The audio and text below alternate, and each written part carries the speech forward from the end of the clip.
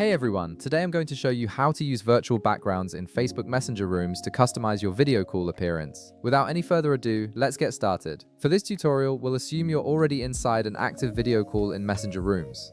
Once you're in the call, you'll see your own video feed displayed on the screen. This is where you can access all the visual customization options available during your call. Now, look closely at your video preview. You'll notice an effects icon that looks like an emoji with stars around it. This icon gives you access to various visual effects and filters you can apply to your video. Go ahead and click on this effects icon to open up the menu of available options. Once you click the effects icon, a menu will appear showing different categories of effects you can apply.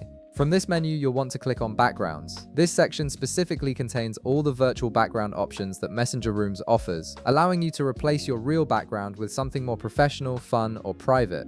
After clicking Backgrounds, you'll see a variety of background options displayed on your screen. These can range from professional office settings to fun abstract designs or even scenic locations. Browse through the available options until you find one that suits your needs or preference.